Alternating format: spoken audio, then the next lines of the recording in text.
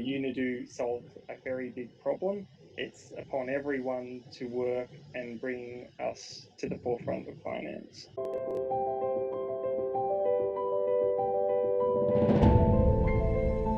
Hello everyone, this is Alexandre from Gains, and today I'm joined by Michael Swan from Unido.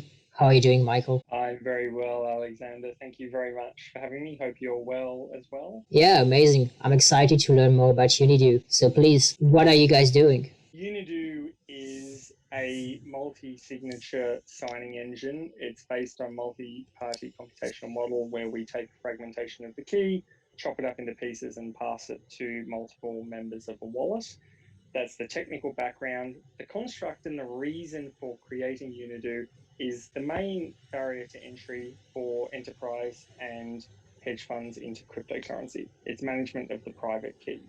It just doesn't work for corporations to want to enter and hold crypto, where the crypto sits on a thumb drive from Johnny in accounts, where it's a material asset of the firm. No corporation is going to be okay with that arrangement. So what Unido does is apply corporate governance at the blockchain level. As I mentioned, we chop up the private key, and the private key sits with signing entities. There's no intermediary that holds the private key in its entirety at any one time. And the keys constitute a voting protocol, which you can set to match your own corporate governance. That's the basis of the technology. And it allows corporations to have, and hedge funds for that matter, to have confidence that they can enter the crypto space and that they can hold the assets in line with the usual corporate governance that they'd apply to any other asset that they own today. There's nothing really out in the market that covers this requirement that's packaged in a single silo, ready-to-use solution that Unido EP presents. It brings corporate governance to holdings, it brings transacting approval processes, and we're opening the door for corporations and hedge funds to play in the DeFi space. Our platform integrates various DeFi protocols into a single page, so it's essentially going to be like a marketplace. It'll show the APYs applicable on each one, and the client can just basically point and shoot where they want to have their funds deployed. It's all in a very easy to use interface, and it's all underpinned by the security and key management technology that I've just mentioned, which makes investing in DeFi a now accessible and suitable option for corporates and enterprises. Got you. That sounds very exciting. You're kind of attacking the custody market in a way. So how would you say you're different from Coinbase Custody and all these big names? Maybe, as you mentioned, you're more deeply integrated with DeFi. The biggest game changer is the security level, and this becomes more obvious and more evident to corporations that crypto, for the uninitiated, if you like, is a dangerous asset class to get into if you don't know what you're doing. There's been various topical situations in the past week where the private key has been passed out of its usual security arrangements and people have lost money. It's a combination of applying very technical security solution and packaging it with a very easy to use product. Your question to the incumbents, the nature of most of the incumbents they are a server-side legal custodian. They hold the private key in its entirety on a website. Websites get hacked. Now, yes, I'm sure there's lots of security parameters and firewalls and things like that. However, fundamentally, the key sits in its entirety somewhere, and if you compromise the walls, you get the key. Here, the key never lives in its entirety on any one device.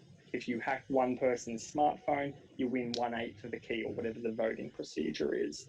The keys are distributed and kept on a distributed basis to avoid this hack risk, which we see time and time again. Sophisticated exchanges with great cutting-edge firewall systems, they still get breached. So that we need a new way of approaching security, and this is totally differentiated from what you typically see from custodial players. The advantage is, of course, this is a distributed app, so we have a great cost differentiator when compared to large infrastructure deployments, legal constructs, setting up enterprises to sit and act as trustee for these assets. It's a self-custodian product at the end of the day, and it works on a distributed basis. So we can offer very, very competitive rates versus our competition in the traditional legal trustee custodian space. Got you. When you talk about private keys security, it's about trust. So how can we trust you What are your guys' credentials, your experience, background, and do you have big clients that have trusted you already? The project was developed by Pack Blockchain and Digital Advisory. It's a company in Australia. It's been in operation since 2012. This is not some new guys who have jumped together out of uni to put together a white paper of a really good idea. This is industry veterans who have developed the technology and have been working on Unity specifically for several years now. The retail wallet has been in the App Store and Google Play for download for quite some time, and we're actually up to version 2 of the software. So the security that you can test is you go download the product and feel it out and you see how it works. We've had, as I mentioned, we're up to version 2. So as per any development of software, you find the bugs along the way and you rectify the bugs. We've never had a situation with a core underlying algorithm. No funds have been lost. And that's over a period of years. Okay, cool. Do you have any big clients that you've signed that are, willing to trust you with tens of millions with your technology to secure them? Yeah, so the EP platform is still in its final phases of development on the dashboard. So we haven't secured EP clients today. We're in conversation with several, but we haven't signed them commercially and contractually. We have our first neobank. They're a US-based neobank who have committed to an MOU. I don't want to pre-jump the announcements, so I won't say who they are. But yes, we do have a client, and we've actually been working with them on this product for quite some time, which predates the token launch, and working to integrate their product on their time schedule because we were matching their deployment of their systems. So yes, we do have one. Guys, stay tuned to the Unido announcement channel. That will be coming over the wires shortly. Cool. Did you need to do any deep regulatory work in order to work with institutional clients? We understand on a basic level, the regulations differ from jurisdiction to jurisdiction. We understand the basic model of what is required. We are not saying that the product is certified for every jurisdiction on the planet. However, it is designed to accept the vast majority of these regulations in the various jurisdictions. So chain analysis, KYC, onboarding of clients, supervision, ability to stop and freeze funds, those sorts of generic requirements are all built into the platform. So it's a standalone product, but it does integrate with all the required systems that a bank might run outside of just the crypto stack so that they don't run afoul of their regulatory obligations. Nice. What's the use case of the token? There is a mining function coming out, guys. Stay tuned. The main use case is it is a utility token, and our clients will pay fees based on the UDO token. So the way it's structured now, we will have a treasury. So clients can pay in cash to the treasury service. The cash is converted to crypto, and we go on market and purchase the UDO tokens, commensurate with the cash value. So there's going to be, once we have various clients on board, the buy side demand, which is obviously the capital appreciation element of the token. Some of that will get split to Pack to continue to run the service. Some of that is split to our ecosystem development fund, because there is an additional element beyond the wallets, which we've just touched upon, where we are actually going to provide the Unido signing engine as an API for developers to build enterprise-grade apps upon. So we are going to provide the API to third parties so that they can build their DApps on our product. And of course, you need to feed the signing engine, the UDO tokens, to sign transactions. Developers will need to stake tokens to obtain developer licenses. Finally, there is a governance mechanism for the EDF. So the EDF is there and funded for the purpose of helping to fund new projects to build onto our platform. So there are tokens allocated, and we will go through a voting system where projects can apply to receive a grant and come on board. And the holders of those tokens can exercise the voting rights to determine which projects come on board. One interesting thing to note of the supply metrics, we are actually going to have a burn function. So there's 115 million tokens on total issue. The construct is for the fees, we will burn those tokens down to 90 million total in circulation, so 20% reduction. So that should be a nice kick. What do you have in mind, like for the future? Any big plans, expansion? What's your vision?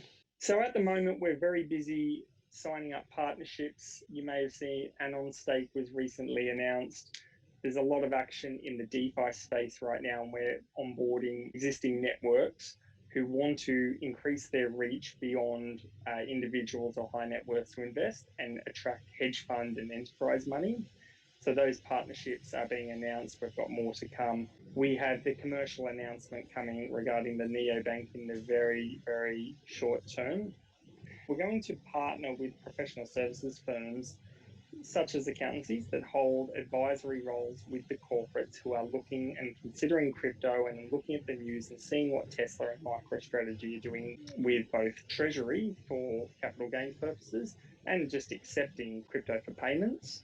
Finally, there is the retail wallet, which we've mentioned and has been deployed for a while. That will be redeployed and consume the UDO token at the end of this year. I'm very curious because many people still say that we are early, but when you've been in crypto for 2, 3, 5 years, it has grown so much.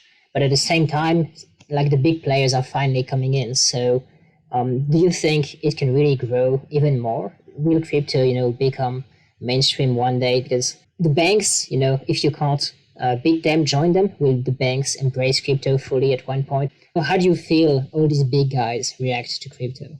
I absolutely think the adoption of crypto for enterprises and hedge funds and traditional funds under management is just at the beginning. I believe we've seen Elon Musk, with his tweets and what happened with Tesla was a great catalyst.